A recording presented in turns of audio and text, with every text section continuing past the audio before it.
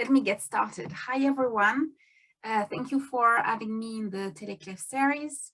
My name is Barbara Delage, and I'm happy to be given the opportunity to talk again about nutrition. Let's get started with the outline of my presentation today.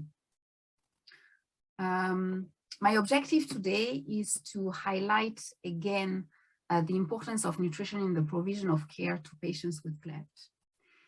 And I will especially talk about the use of anthropometric measurements to assess the nutritional status of patients. That is essential to identify malnutrition and risks of malnutrition. And I will also discuss the problem of low quality anthropometric measurements, but also means to improve data quality. So you know that cleft care cannot be limited to surgery, but ought to consider all other needs of the patients. When a baby is born with a cleft, we know that even if the parents have access to surgery, surgery is not going to happen before at least 3 months of age for a cleft of the lip and 9 months of age for a cleft of the palate. So the priority at the time of birth and onwards should be to ensure that the child is fed the best nutrition possible, both in terms of quality and quantity. We are all aware of the many barriers that may prevent a newborn with cleft from accessing care immediately.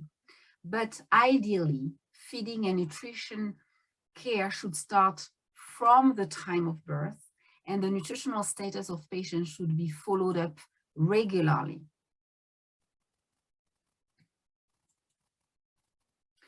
Yet, regardless of when the children present to the cleft care team, feeding and nutritional status should be assessed, and the mother or caregiver should receive feeding support accordingly.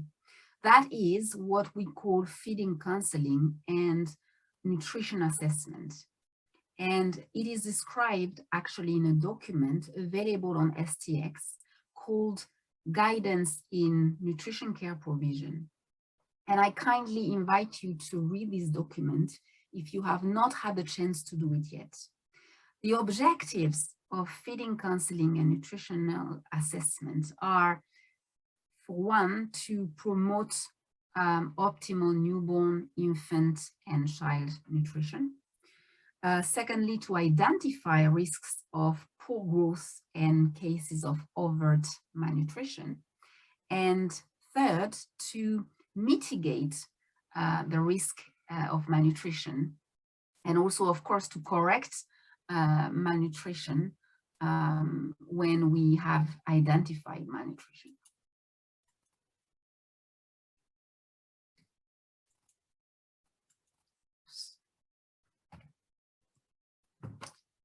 So this approach, this feeding counseling and nutritional assessment and monitoring of patients, it's essential if we want to promote optimal growth, if we want to prevent malnutrition and premature death, if we want to conduct timely surgery in the patients, and of course, minimize complications during and after surgery, and if we want to promote fast healing.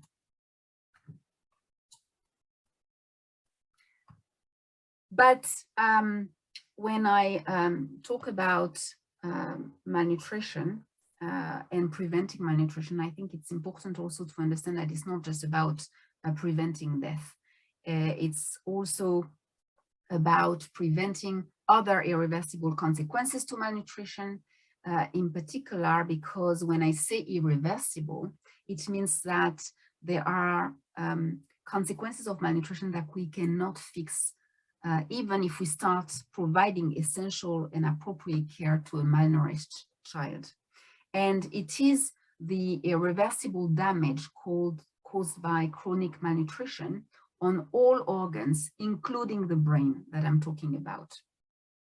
A child who does not achieve an average IQ level because we fail to prevent malnutrition in the first place, we'll hardly be able to gain IQ points because we start to care for him or her.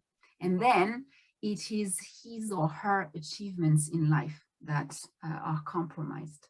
So the easiest, most practical, most reliable way to assess the nutritional status of a child is to follow how this child grows.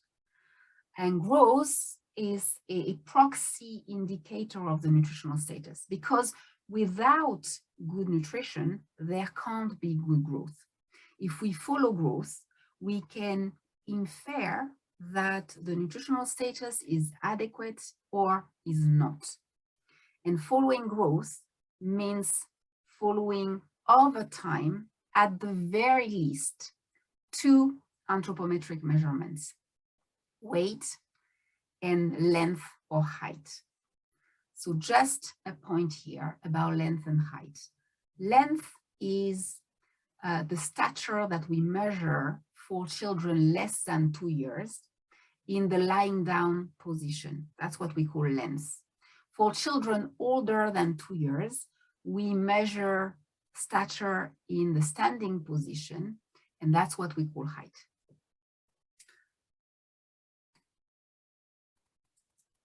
Let me go back. Sorry for that.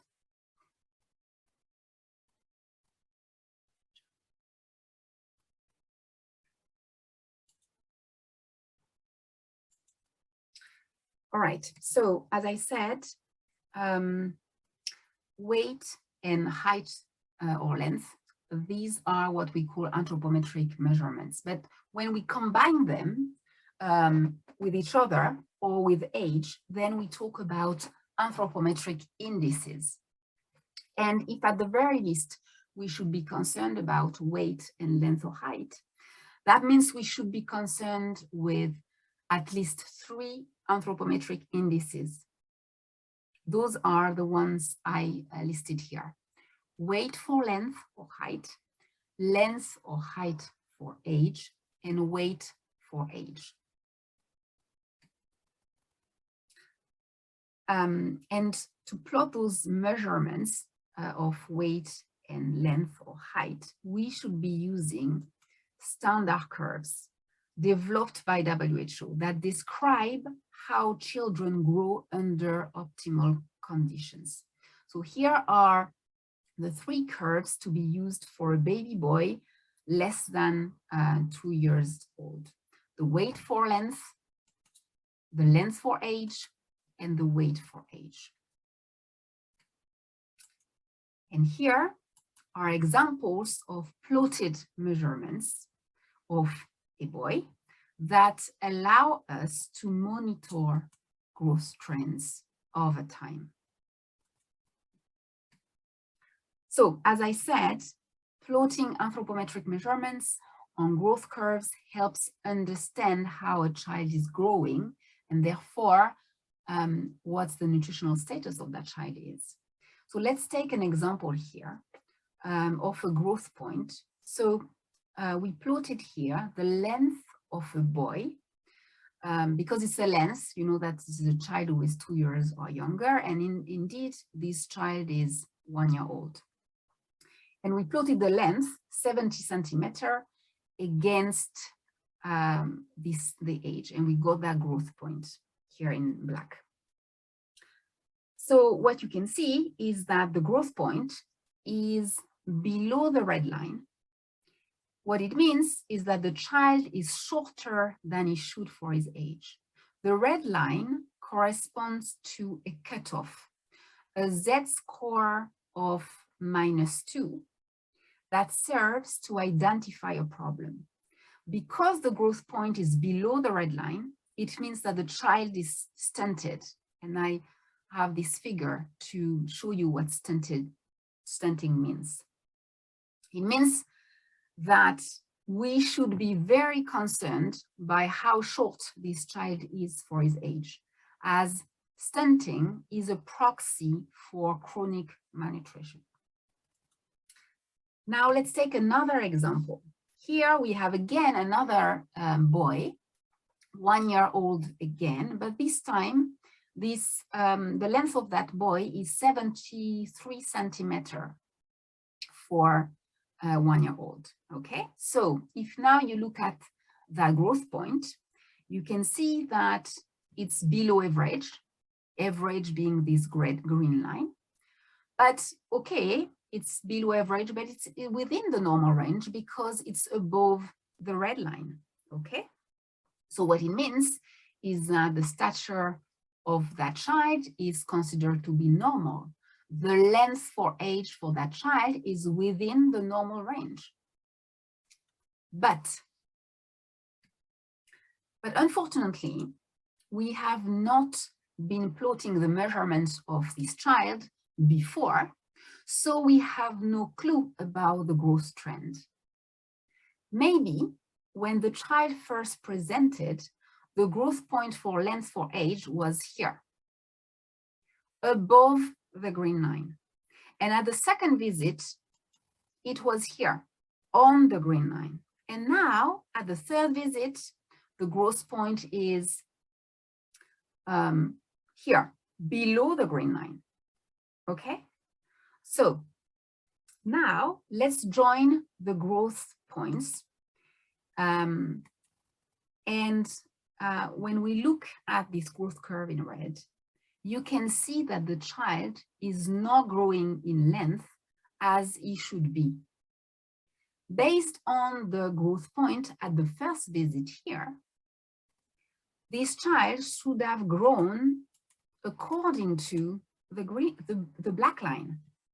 This is the line that is parallel to the green line.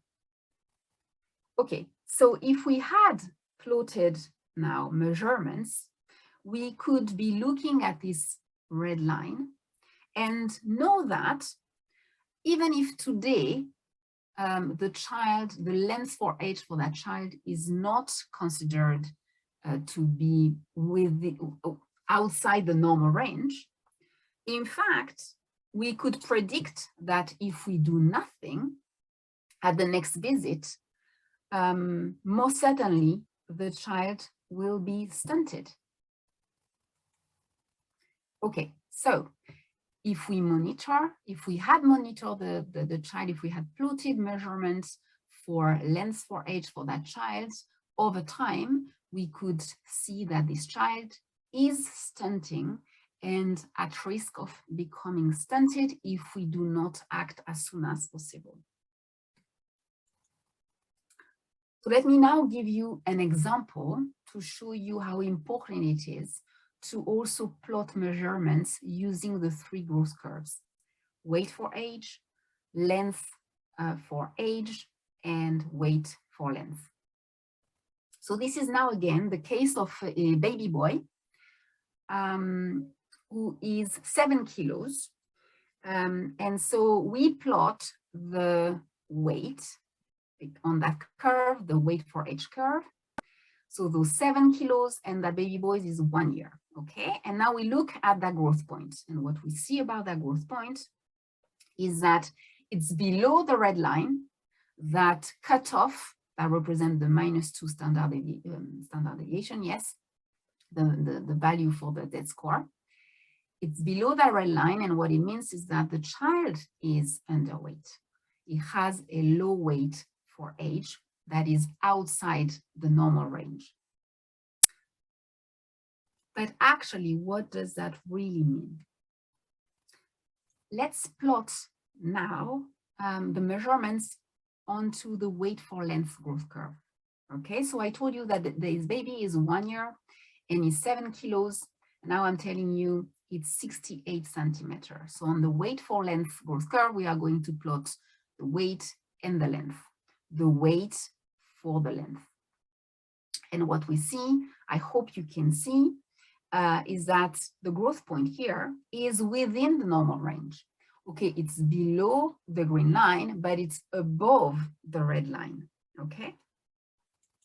So what it means is that we've seen that the weight for age was problematic, but when we look at the weight according to the stature of that kid, the length of that kid, we see that this child is not too thin.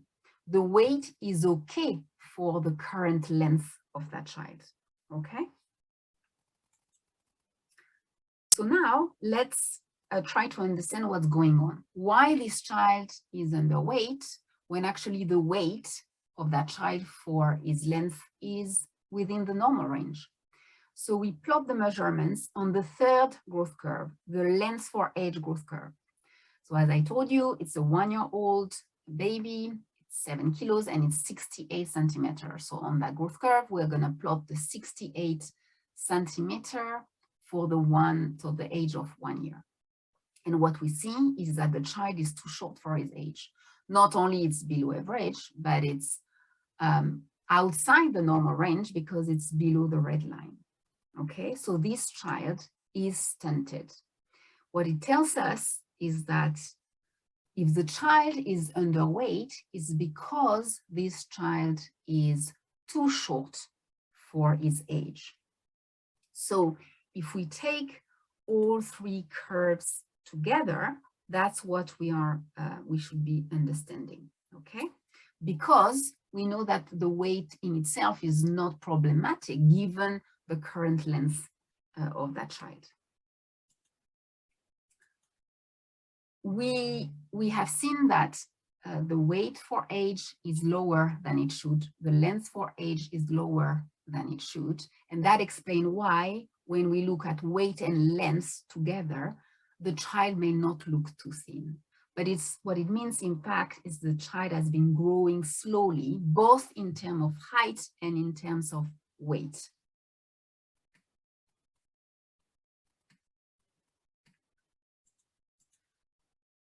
So what it means also is that now that we understand that the problem is that the child is stunted, we understand that the child does need to gain weight, yes, because he's underweight, but it needs absolutely also to catch up in height, okay? So the child needs to grow longer and to gain weight.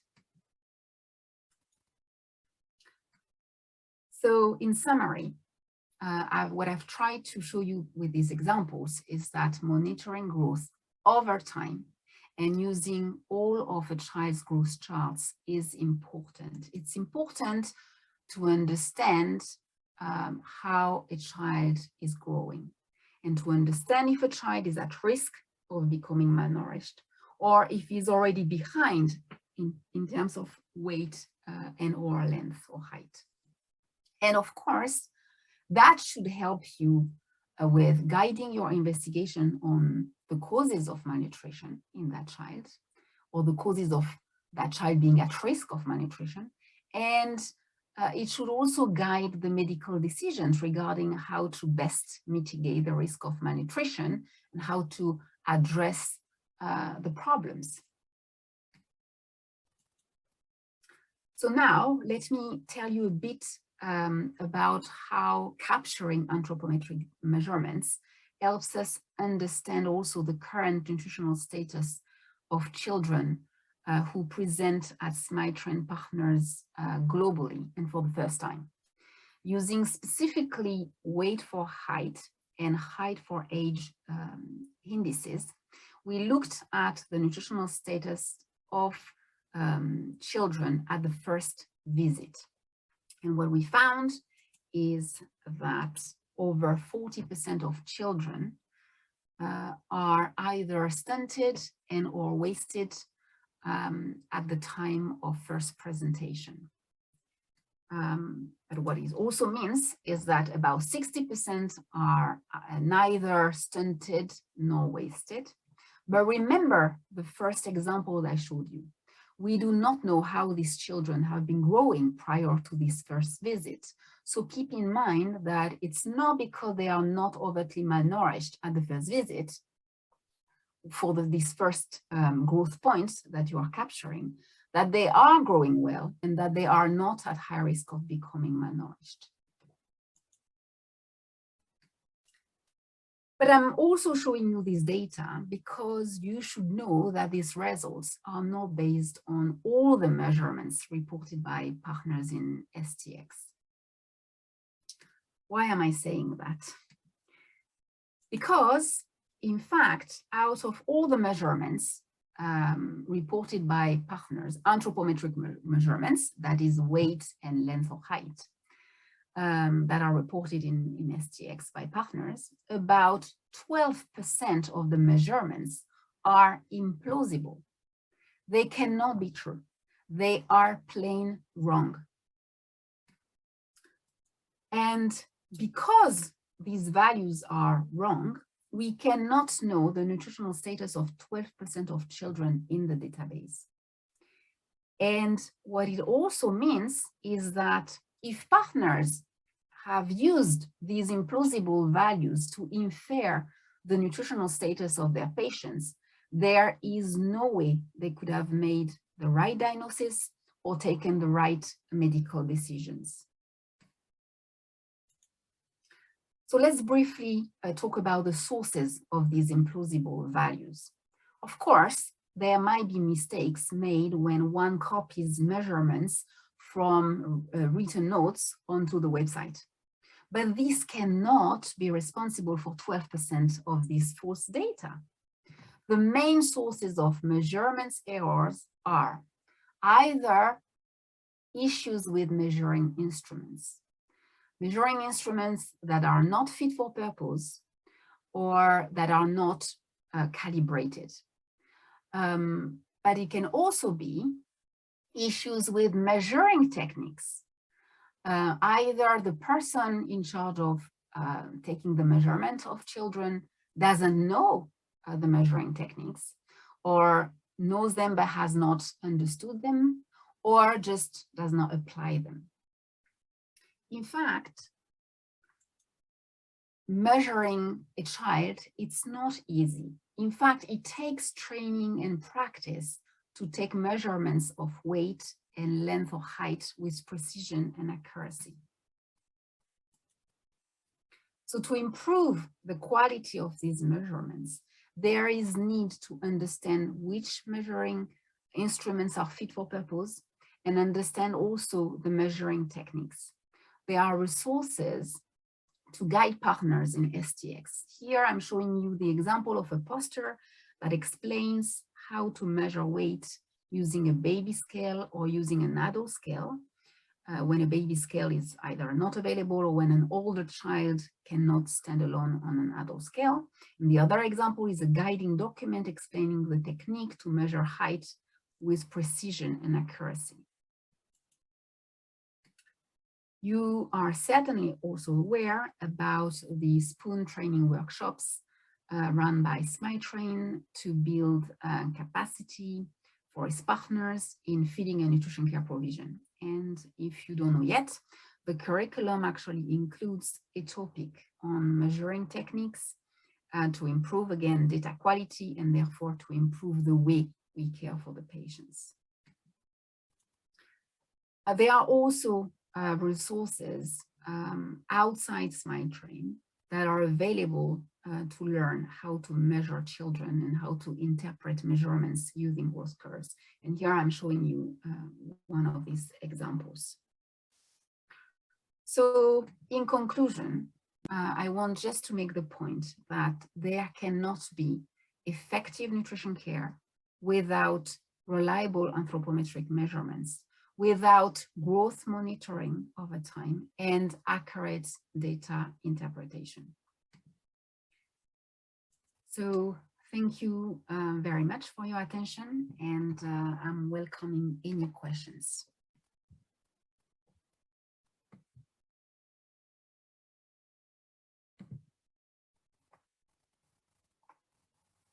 Hello, Victoria, Bertha.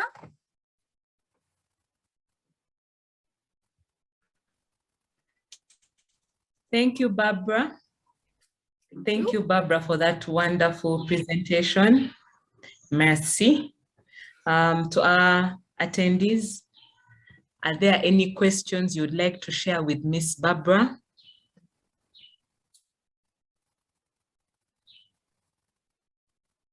Okay, so we have a question from Paul Lim, who's saying, can you give recommendations for how to give nutritional support? For example,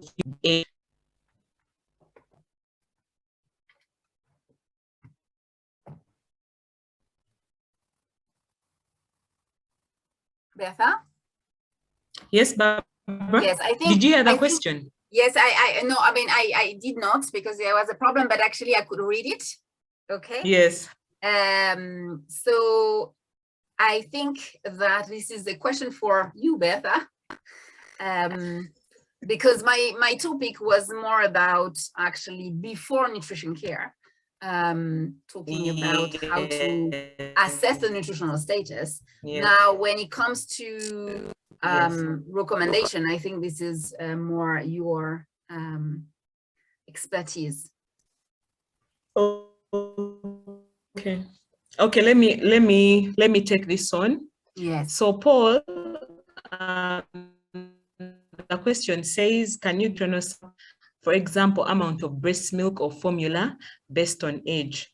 So in practice, when a neonate is born, when an infant is born, we usually look at the kilograms, and there is a chart that we use in our center that houses the meals per kilogram to offer to this infant starting from day one. So if the infant has been born with a normal birth weight, we usually start with 60 meals on day one, 60 meals per kilogram. Let's say if the child is 3 kilograms at birth, and they are day one, we are going to multiply 3 kilograms times 60 meals, which will be equivalent to 180 meals in 24 hours. So you divide that by the number of feeds the infant is supposed to be getting. So as the child grows, even the meals per kilogram increase. Usually by the time they make 7 days, you should be at 118 milliliters. That's the mLs times the weight of the infant. So for breast milk, we encourage them to feed on demand, those who can breastfeed. There's no way we can measure the meals, but we look at the frequency. Yes, Paul, I hope I've answered your question. And there is another question that is also for you. It's about tips to feed a baby with a cleft palate. But again, I mean, that depends, I mean, the age of the baby and also the size of the cleft. If the baby can be breastfed, or maybe if the mother can express breast milk, or again, if the baby cannot be fed at the breast, maybe then use a spoon rather than a cup to feed the baby. What do you say, Bertha, about that? Oh, so it depends, like you've said, it will depend, but we know that for an infant having a cleft palate, they are not able to create the negative sanction to facilitate breastfeeding. So we shall look at other alternatives. Usually we start with the express breast milk, and if this also isn't enough, we then supplement with formula or any other breast milk alternative. So we have the special feeding bottles, which are the ones that are recommended. And then we also have the cups, the open feeding cups. And then there are those infants that have craniofacial syndromes, the ones with very tiny chins, and oral feeding is not possible. We can look into NG tube feeding. Okay, Paul actually asked if you could share that document you have, you know, that says, okay, how for, actually it's definitely for children who are fed substitute of breast milk, the amount that a child should be getting over time. Or do you have a reference for that document? Yeah. I can share my email address with him. Yes. And I can take it up from there. Yeah, I don't have the chat right here with me. Okay. Yeah, okay, no problem. Any other questions?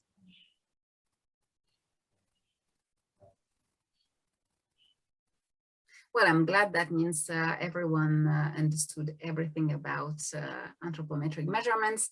And yes, we do have a question here. Barbara, we have a question. It says, hi, Barbara, thanks for an interesting talk. Nutrition-wise, which child would you recommend to have a safe elective surgery, especially cleft patients? What measurements should we use and what cutoffs can we employ? Right. Ha. Barbara, did you get that? Yes, I got that. But actually, you and I, we know that this is complicated because, in fact, it's not just about anthropometric measurements. Obviously, it's also about, you know, the whole well-being of that child, and to define the fitness for surgery. The current anthropometric actually index that is recommended by SMITRAIN at the moment is weight for age. So the children should have a weight for age Z-score over that red line, okay, or on that red line or over that red line. So over or on -2 Z-score.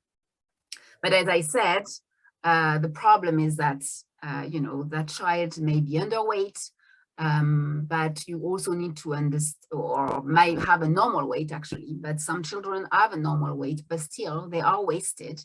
That means that their weight is too low for the height, or they might be stunted. So their height or their length might be too low for their age. So yes, you should consider weight for age, but you absolutely need to look into the length for age and the weight for the weight for length. The objective in particular is to make sure that the children, no children wasted, so having a low weight for length, go through surgery, because wasting, even more than stunting, is precipitating premature death for children. So our objective is to have no children wasted going through surgery. So looking at weight for length is essential. But of course, you need also to look at length for age and look at weight for age. So you understand what's going on with that child and you know how to provide nutrition care. Something else to add maybe, Bertha, on that topic? Yes, I think, like you said, it's very important. Right now, according to SMITRAIN, we're using the weight for age Z-scores, and that's what they use to qualify. But like you've said, it's very important to find out if the child is wasted or not, because a child who's having any form, who is presenting with acute malnutrition, most likely is not in a good state of health. They probably have other infections that they are battling, and it's not safe for them to go for the surgery. So yes, in as much as we use the weight for age, the weight for length or the weight for height is very important. And also the mid-upper arm circumference for those who are above 6 months. And Mr. Felix Changa is asking, can we administer B5 and plum peanut to a cleft malnourished child? Can you please share a checklist for such feeding? Okay. So again, I think, Bertha, you are the expert. But first, Barbara, should I take this? Let me tell you, just say something. So for plum peanut or all these high energy food, this is what is actually recommended when you have acute malnutrition. So what Bertha just said, when the children have a very low weight for their length or height. In fact, this very high energy food is meant to make those children gain weight rapidly, okay? Because we know that the problem is the weight for these children, the weight for their length, okay? But if you have a child who is stunted, okay, so this child is shorter than he should for his age, but his weight for his length is normal, this child should not be treated with plum peanut, because you're going to have a child who is going to be actually overweight, or because he will gain weight Well, actually, that child, what it needs is to gain weight along with gaining in length. And we know we gain weight, we know as adults that we can lose and gain weight pretty quickly. We don't gain in height that quickly, even, you know, when we are growing as children.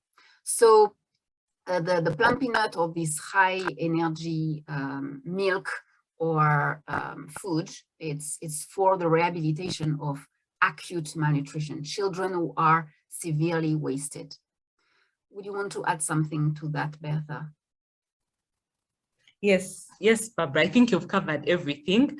But like you've said, yeah, we only look at therapeutic feeds mainly target children that are presenting with either moderate or severe acute malnutrition.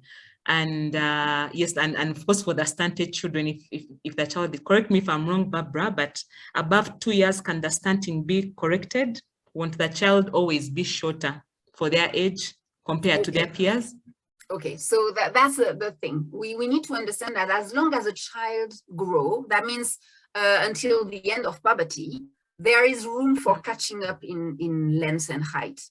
But it really depends, you know, the severity of stunting to start with. So the children may catch up, but may still at the end, as adults, have a lower average height, okay?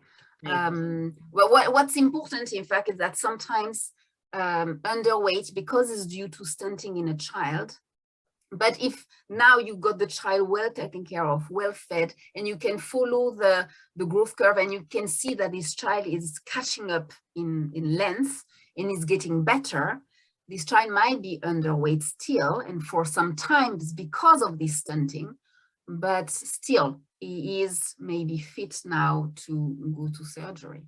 So yes, there is room. We say, in fact, that the problem is that in the first 1,000 days of life, so from conception to 2 years, the problem of stunting or actually nutrient restriction is that it will have irreversible consequences, including on the height. But our concern should be also other irreversible damage. It's not just the bone being too short, is every single organ in that child being too small compared to normal, okay? So the problem with these 1,000 first days of life, so up to 2 years of life, is that whatever malnutrition occurs during this period, there might be some irreversible damage, but there are rooms for catching up, in particular with height, up to, you know, the end of puberty. Yeah. Someone is asking about syringe. Thank you, Barbara. Sorry. Yeah. Yes. Something to yes, add? And I wanted to add, Felix was asking if we can share a checklist for such feeding, and I was going to tell him that if his center has, if they do nutrition rehabilitation for such children, according to the guidelines, these checklists are usually provided in the guidelines. So I think I'll refer him back to his center, or maybe a government health center that has a nutrition rehabilitation program. And Solomon is asking if syringes can be used in place of those special feeding bottles, especially when they're not accessible. Yes, I think syringes can be used. They can be used if the special feeding bottles are not accessible. Although for the syringe, it's mainly it's caretaker pest. So the caregiver has to be really careful as they're feeding that child to watch the cues of that child. Is the child suckling or not? Have they swallowed? Has the mouth been cleared of all the milk? Just to ensure that the feeding is safe. And of course, the positioning. Yeah, that is why, you know, I was talking about spoon feeding for children with a cleft palate, because it's easier then to know what amount we put in the mouth, or to let the child try to get the milk with their tongue, rather than, you know, the problem with a normal bottle or with a cup is that, you know, you are, you know, putting an amount at a certain flow in the mouth of the child, and the child may, you know, be overwhelmed and choke. So that is the problem. Also, I mean, you mentioned the fact that, okay, often those children with a cleft of the palate cannot be breastfed. But I just want to say it also depends on the size and the shape of the cleft. Because the thing is that I think still in the first place, we should try breastfeeding if it's possible, check if it's possible, because again, we know that breastfeeding make the child exercise some muscles in the face that are important then for later the development of sounds and speech. And that's something that the child cannot get when it's fed with a spoon or a cup or a syringe. Yeah. Okay. Thank you, Barbara. Thank you very much for that insight. We have two questions. One, I think one is a suggestion from Dr. Balamani, who says that PNAM might also help in good feed. I'm not sure what PNAM is. Me neither. What's PNAM? Yes, I'm not sure what that is. Me neither. Can Dr. Balamani explain that that acronym? I think as doctor tells us, we also have a question from Dr. Obadi. Hi, Dr. Obadi. Oh, hi, Dr. So Obadi. Dr. Obadi says, thank you, Barbara. I had issues in following you due to connections, but he's saying when we are entering anthropometric measurement in STX, we are including weight, length, age. Do you think Smile Train in future consider the 3Z scores? Will it be possible to consider the Z scores at the same time? Oh, so it means that he would want to enter the Z score. That's what he means. Yes, I think so. But the thing is that yes, that's what he means. Yes, but the thing is that first, I mean, Smile Train doesn't need the partner to enter the Z scores because we can calculate the Z score just with weight and length or height. And also, you know, some partners are not yet, I mean, when we look at the annual survey, actually it's going to go out soon to partners, about 50% of partners say that they are not using Z-score. They are not plotting measurements on WHO growth curves. So we cannot, for now, require something for them that they are not doing. For now, we are trying to train everyone, so everyone take good measurements and hopefully also start understanding how to use weight and height to guide their understanding of the nutritional status of the children. But also it's also, I mean, especially for those who are reporting nutrition data in STX, what's important also to understand is that Smile Train doesn't try to capture everything. You know, you have everything on the patient's file. What we want just to capture is the minimum of data from partners, because we also don't want that to be a burden for partners, you know, the reporting of data. But we just want the minimum data that is needed for us to understand what's going on, to be able to monitor what's going on, to be able to see when a partner has problems reporting good quality measurements, so that we can maybe target that partner for some training, for example, or else. So no, but the thing is that, however, I want to say something about the Z-score. At the moment on STX, my understanding is that there is a calculator for the weight for age Z-score. And what we want in the future is also for partners to be able to have access to a calculator on STX for this weight for length Z-score and for the length for age Z-score. I don't know if I answer Dr. Obadi's question. I think we have now Dr. Balamani. Yeah. Okay. Presurgical nasoalveolar molding. Yes. Prove the lip and palate symmetry. Oh, okay. Okay, yes. Okay, that's what the PNAM means, the PNAM. Thank you, Dr. Balamani. Yes. Okay, so his questions. Is a hand up here. Oh, no, but we have not answered Dr. Balam his concern. But yes, of course, I mean, if partners have access to this molding, definitely that is, I'm sure, very as helpful for children to actually create a tight seal, to create that negative pressure in the mouth and help with breastfeeding and feeding. Yeah, but the thing is that after that, I don't know to what extent partners have access to this presurgical nasal alveolar molding. That's a problem. Bertha, are you using that sort of things at Kotsu? No, we are not using them. Yeah, no, I mean, it's especially if it helps with breastfeeding. This is especially of interest. Available. Okay, yes, so that's a problem. What the surgeon said. It's if it's available, because indeed, if this helps with improving actually the rate of breastfeeding, this is very interesting, because as I said, breastfeeding not only is nutritionally interesting for the child, it's protecting against infection, but it's also helping the child exercise those muscles that will later be important for speech. So thank you. Another question?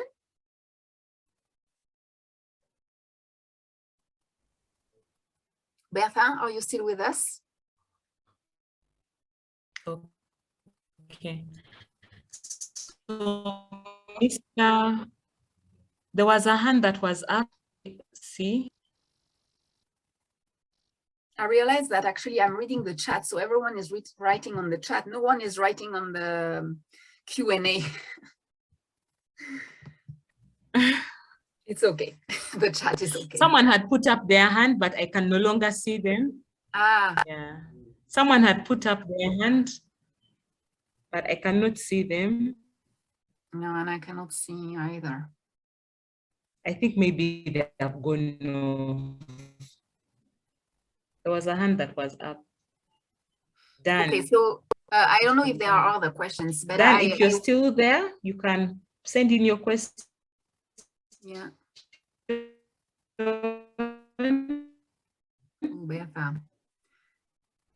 Okay, so I don't know if there are other questions, but I want to tell partners who are attending today, first, thank you again, but also that Barbara, you can go ahead. You can go ahead. Okay, if you have any questions, regarding measurements, regarding nutrition care, regarding accessing the nutrition training, anything, accessing also grants, because Smitrain has nutrition grants to support maybe the purchase of digital scales or whatever tools that are necessary to take good measurements, or even to support the feeding and nutrition care of patients. Please reach out to your local program manager, Smitrain program manager, and if there are questions they can't answer, they can always refer to them to me or to some other nutrition advisor in Africa. But please do not hesitate to reach out. That's what I wanted to say. Any other questions, Bertha?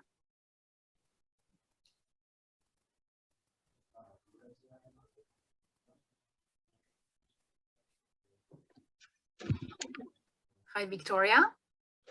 I don't know, maybe we lost Bertha. Yes, I think so. I mean, she's still here, but we can't hear her. Are there any other questions? I don't see any in the chat.